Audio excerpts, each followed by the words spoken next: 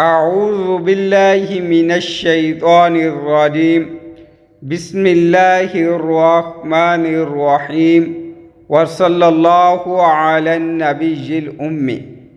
انسانی بالوں کی وگ لگا کر نماز پڑھنے کا حکم۔ اگر کوئی شخص انسانی بالوں کی وگ لگا کر نماز پڑھے تو کیا اس کی نماز ہو جائے گی جبکہ وضو اس نے وگ اتار کر کیا ہو؟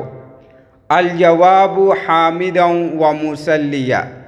واضح ہو کہ انسانی بالوں کی وگ لگانا اگرچہ ناجائز اور حرام ہے، تاہم ایسی صورت میں مذکورہ طریقے پر وضو کرنے کے بعد اگر نماز ادا کی جائے تو نماز ادا ہو جائے گی۔ واللہ اعلم بالصواب۔